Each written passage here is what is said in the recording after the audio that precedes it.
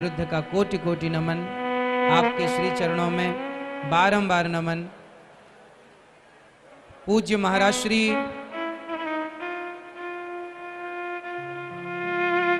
सनातन धर्म की जिस प्रकार सेवा कर रहे हैं वह अद्भुत, अकल्पनीय और सराहनीय है।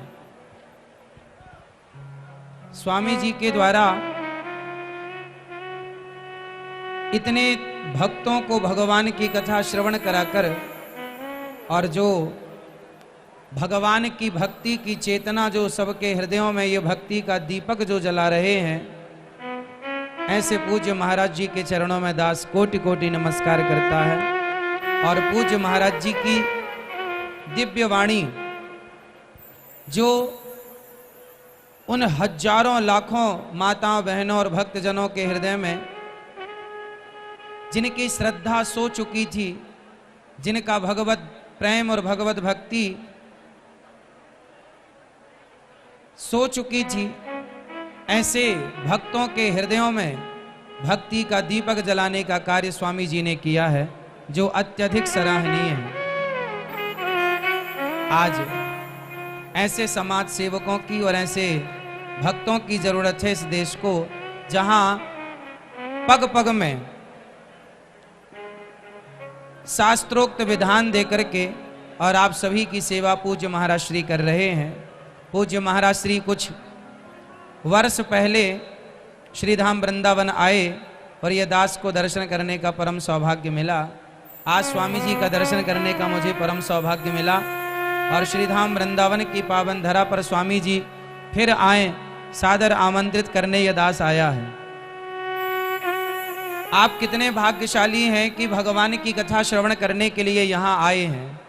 आप जानते हैं भगवान की भक्ति क्यों जरूरी है।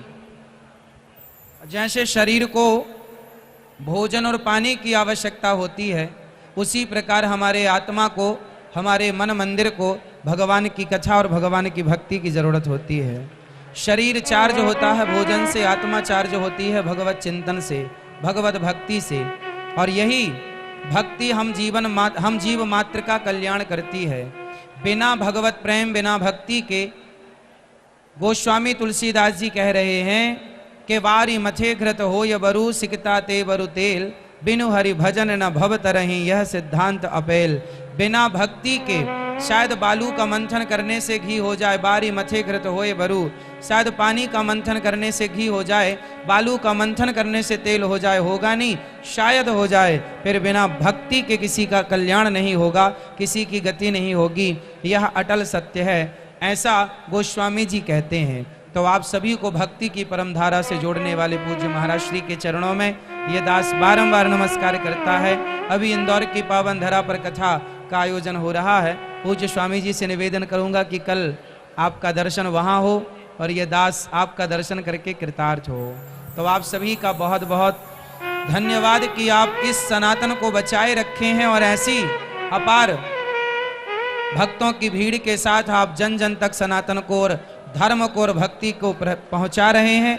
आप सभी परम सौभाग्यशाली हैं। कैसे पूज्य महाराज श्री के वाणी को आप श्रवण करते हुए अपने जीवन को कृतार्थ करते हैं। भक्ति जीवन में उतनी ही जरूरी है जितना कि शरीर को प्राणवायु की आवश्यकता है, ऑक्सीजन की आवश्यकता है, उसी प्रकार हृदय को भक्ति की आवश्यकता है, प्रेम की आवश्यकता है।